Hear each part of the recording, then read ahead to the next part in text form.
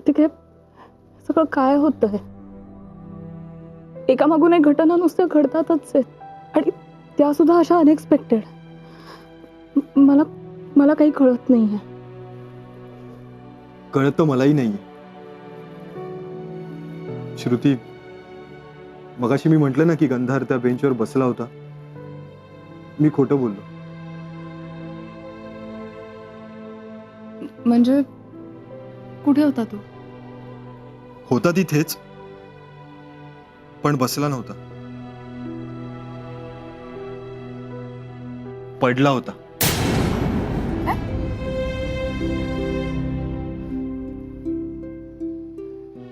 कार्तिक, काहीतरी प्रॉब्लेम आहे. असणारच अगं, त्याशिवाय तो असा नाही वागणार. नाही, तसं नाही. काहीतरी मेजर प्रॉब्लेम झालाय. Something is serious. आज सकाळी सुद्धा चहाच्या टपरीवर विचित्र वागत होता तो आणि तेव्हाच मला संशय आला होता.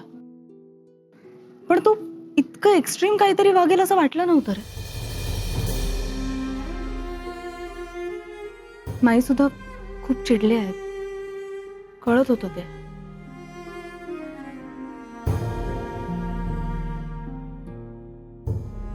कसला विचार करतोयस? श्रुती, मगाशी गंधारला बघून मला खूप गिल्टी वाटलं ग. गिल्टी? हो अगं, मी त्याला वेळ नाही दिला. तो प्रॉब्लेम मध्ये होता, कसल्या तरी टेन्शन मध्ये होता. याआधी तो प्रत्येक गोष्ट माझ्याशी शेअर करायचा, पण आता मी माझ्या स्वतःच्या कामांमध्ये इतका गुंतलो होतो की माझ्या लक्षातच आलं नाही की त्याला माझ्याशी बोलायचं असू शकतं. मला कळलंच नाही त्याच्या मनात काहीतरी सुरू आहे. बघ ना, आज माझ्यामुळे सगळे प्रॉब्लेम मध्ये आहेत. मी सगळ्या फ्रंट्सवर फेल आहे. नातू म्हणून, मुलगा म्हणून, आता मोठा भाऊ म्हणून. कार्तिक, पण तू यातलं काहीच मुद्दाम नाही ना केलंयस. त्यामुळे तू असा विचार नको करूस प्लीज. मी हे सगळं एकटा हँडल नाही करू शकत अगं. कार्तिक, तुला स्ट्रॉंग राहायला हवं. आपल्याला स्ट्रॉंग राहायला हवं. आणि एकत्रही.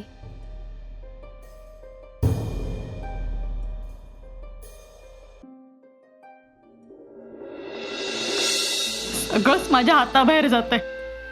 असं वाटलं ना दोन ठेवून द्यावा त्याला. शांत हो ग जरा. शांतच आहे मी बहिणी. आता तुम्ही सांगताय म्हणून आणि मगाशी कार्तिक म्हणाला म्हणून मी शांतच आहे. पण अशी किती वेळ शांत बसू मी? सगळं माझ्या सहनशक्तीच्या पलीकडच आहे.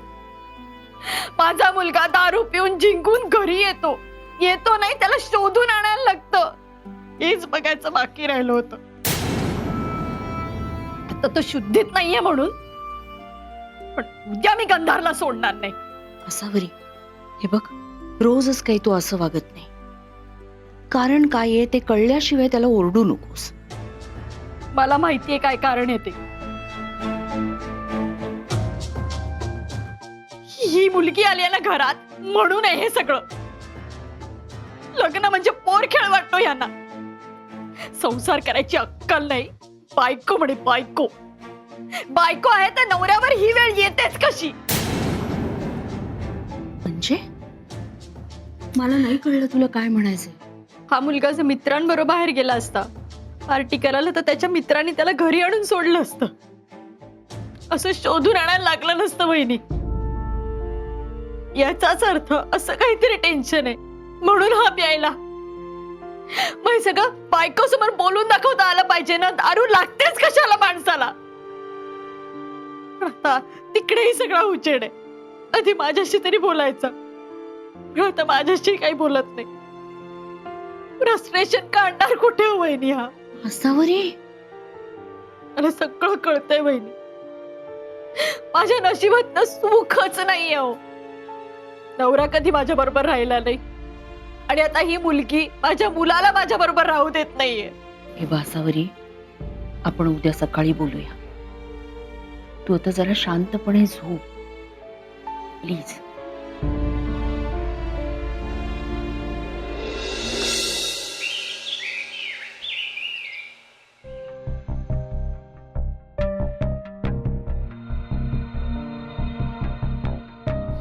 बस बस. अरे बस.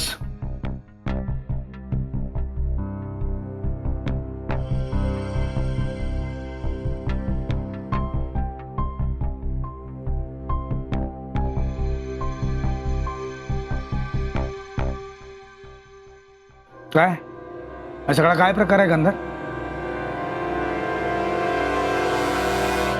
काका ते मित्र भेटले?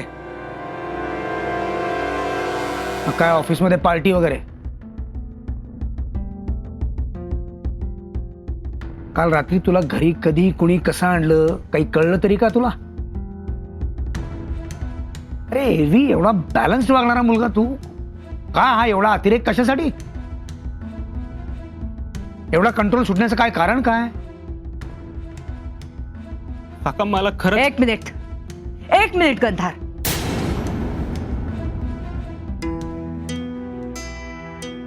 तू लाज आणलीस आम्हाला सगळ्यांना.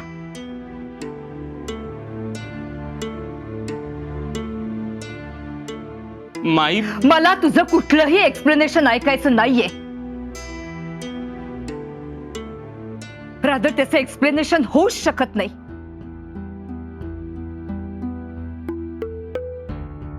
हे बघ, बाहेरच्या जगात दर्शने कुटुंबाची एक पत आहे, प्रतिष्ठा आहे, आब आहे.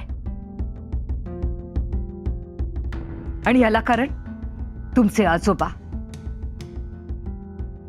मी तुमच्यावर कधीही कुठलीही गोष्ट लादली नाही किंवा कुठलंही बंधन घातलेलं नाहीये. पण आपल्या सगळ्यांवर फक्त एकच जबाबदारी आहे, स्वरगंधर्व दिगंबर दर्शने यांचं नाव राखण्याची. कळलं? एरवी बाहेर कॉलर ताट करून फिरतोस ना आम्ही सुसंस्कृत घरातले म्हणून. स्वरगंधर्वांचा नातू असं म्हणताना खूप छान वाटतं ना. मग हे रस्त्यावर असं तर्र होऊन पडताना तुला लाज नाही वाटली? शी.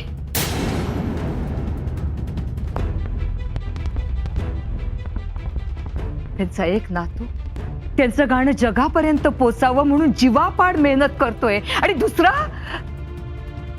असा रस्त्यात तर्र होऊन. माई मी तुम्हाला सगळ्यांना नेहमी समजूनच घेत आलीये. क्वचित तुमच्या पार्ट्यांमध्ये पिण्यावरही मी कधी बंधन घातलं नाही. कारण मला नक्की विश्वास आहे की तुम्हाला तुमच्या मर्यादा माहितीयेत आणि त्या मर्यादा तुम्ही कधीही ओलांडणार नाही. पण काल तू आपली मर्यादा ओलांडलीस आणि म्हणूनच मला नाईलाजानं सांगायला लागतंय, तुला जर या घरात राहायचं असेल ना तर ही असली थेर चालणार नाही.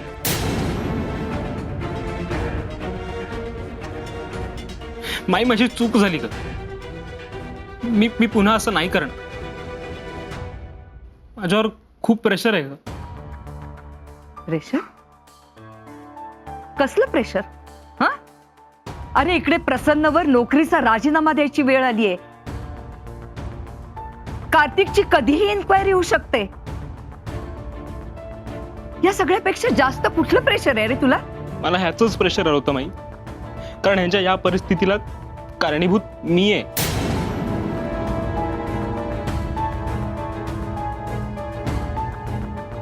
म्हणजे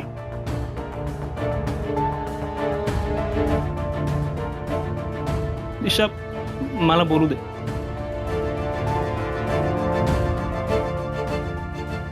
त्या डॉक्युमेंट्सवर खोट्या सह्या मी केल्या होत्या.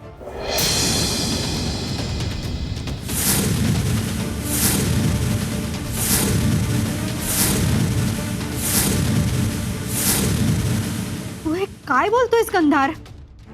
गाई काही दिवसांपूर्वी पवन आला होता माझ्याकडे.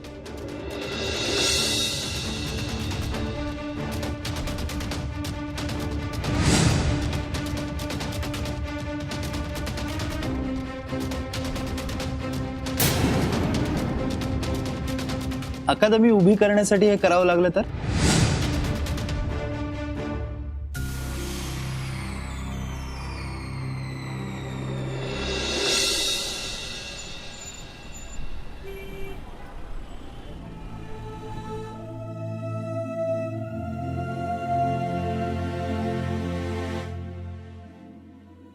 काका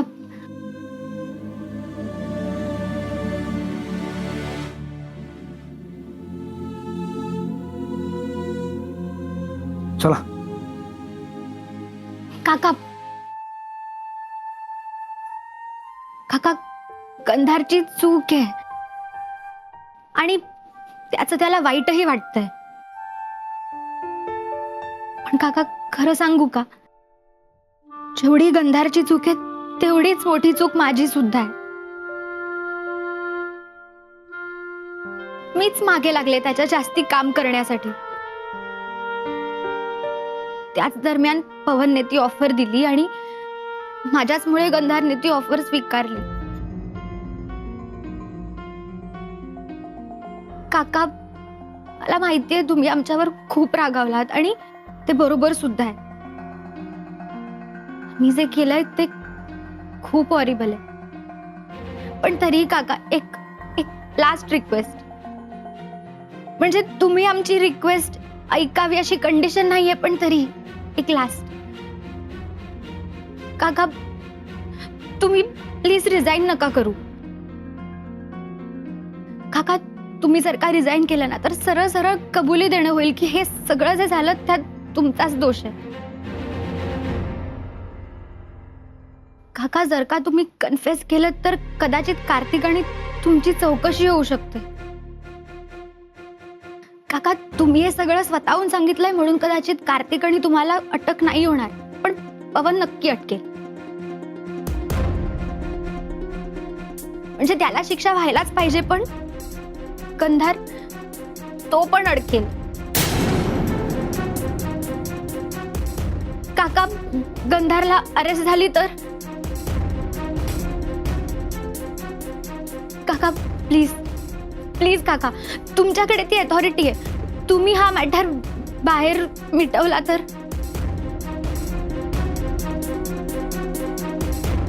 प्लीज काका.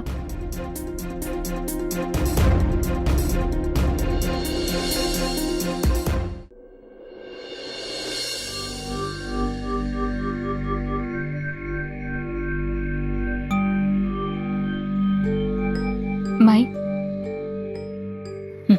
चहा घ्या. नको ग. असं काय करताय माई, घ्या ना.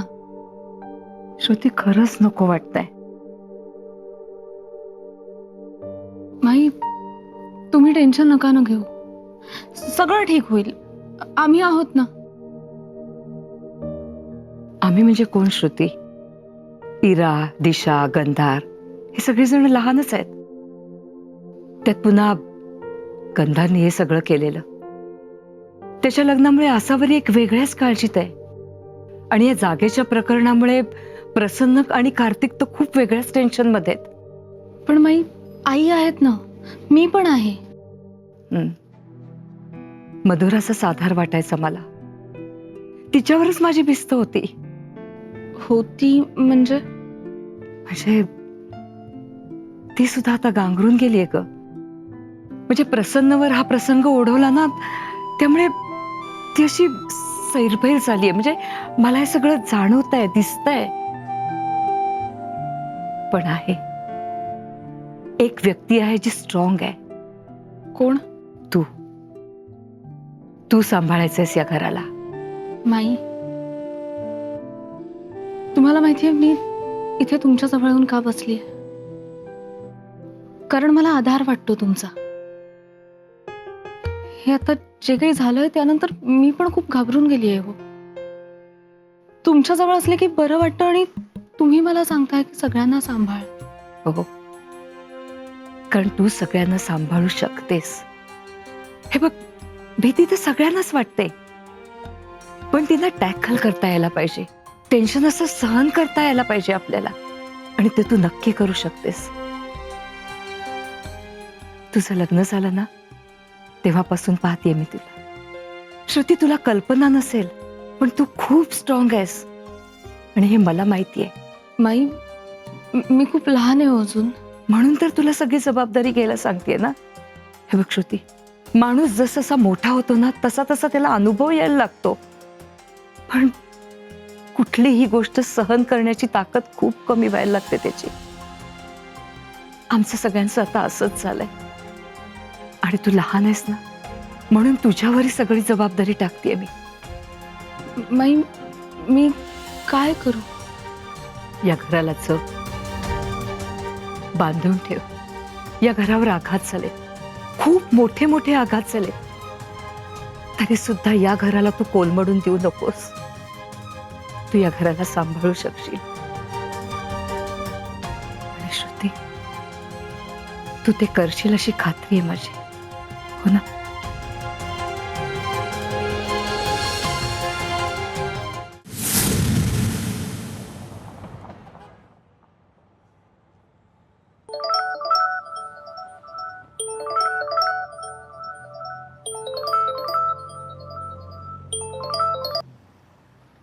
हॅलो. हॅलो काका. हॅलो हॅलो, ऐकू येत आहे का काका? मी गंधार. हा, ऐकतोय मी, बोल. ऑफिसला पोहोचलास का तू? हे विचारायला फोन केला होतास तू? नाही म्हणजे तू कामात असशील ना, म्हणून. तू ऑफिसला नाही पोहोचलास का अजून? पोहोचलोय, पण अजून आत नाही गेलोय. बरं, मग एक मिनिट आपण बोलू शकतो का? मला थोडं बोलायचं होतं तुझ्याशी. नाही, संध्याकाळी घरी आल्यावर बोलू आपण. नाही नको, आपण फोनवरच बोलू. तुझ्यासमोर उभं राहून बोलण्याची हिंमत नाही होते माझी. काका, माझ्याकडून चूक झाली, खूप मोठी चूक झाली. आय एम सॉरी काका. अरे काका, बोल ना काहीतरी प्लीज. ओरड मला, हवं तर रागव माझ्यावर, पण काहीतरी बोल. मला काही बोलायचं नाहीये गंधार. काका, असं नको ना म्हणूस. हवं तर मार मला. शाळेत असताना मी खोटी सही केली होती तेव्हा मारलं होतंस ना. हवं तर तसंच पुन्हा एकदा मला मार. त्या मारण्याचा काही उपयोग झालेला नाही हे लक्षात आलंय माझ्या. तेव्हा तुला चांगल्या वाईटाची समज नव्हती, म्हणून मुद्दाम मारलं की पुन्हा या अशा चुका होऊ नयेत म्हणून. पण आता जाणत्या वयात सुद्धा तू पुन्हा अशाच चुका करणार असेल तर काय बोलून काही उपयोग नाही, काही फायदा नाही. आणि कसं आहे ना गंधार, माणूस एकदा चुकला ना तर त्याला समजावता येतं, माफ करता येतं, एक वेळ शिक्षा सुद्धा करता येते. पण पुन्हा पुन्हा त्याच चुका होणार असतील तर त्या सुधारण्यासाठी ना माझ्याकडे वेळ आहे ना पेशन्स. आणि तुला माफी मागायचीच असेल ना तर ती कार्तिकची माग. त्याचं फार मोठं नुकसान केलंयस तू, कळतंय तुला? मी मागणारच होतो, पण तर मग त्याला फोनच कर ना. नाहीतरी खूप छान पळवाट शोधून काढलीच आहेस तू. अरे काका, तुला जे काही बोलायचं ना ते घरी आल्यावर बोलू म्हटलंय ना मी. काका प्लीज एक मिनिट माझं ऐकून घे ना प्लीज. काका, तू सगळं बँकेत खरं खरं सांगून टाक. तू जे ठरवलं होतंस ना तेच कर. हे बघ, दिशा सकाळी येऊन जे तुला बोलली त्याच्याकडे नको लक्ष देऊस. मला माहिती आहे की तुझ्यासाठी तुझे एथिक्स किती इम्पॉर्टंट आहेत. काका, माझ्या कर्मांची शिक्षा मी भोगेन, पण तुझा सेल्फ रिस्पेक्ट सॅक्रिफाईस करून प्लीज काहीही करू नकोस.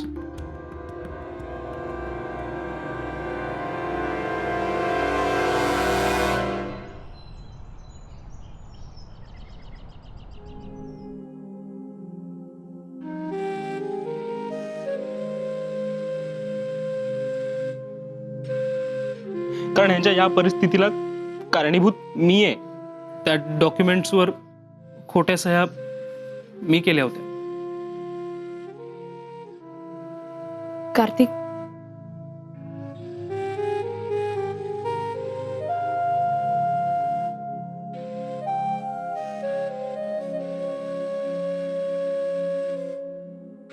काय शोधतोयस?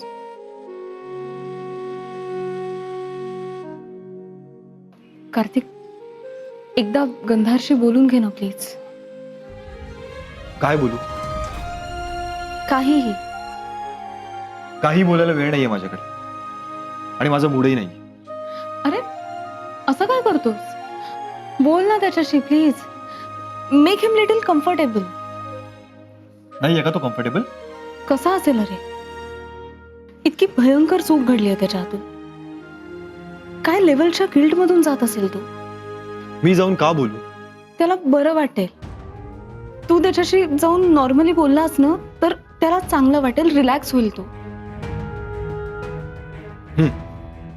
नाही, बोल त्याच्याशी. मी आता काही बोलायला वगैरे जाणार नाही.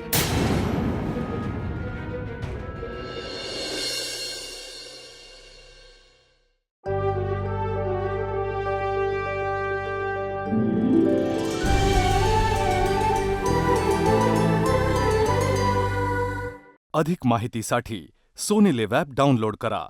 Sony LIV, we live to entertain.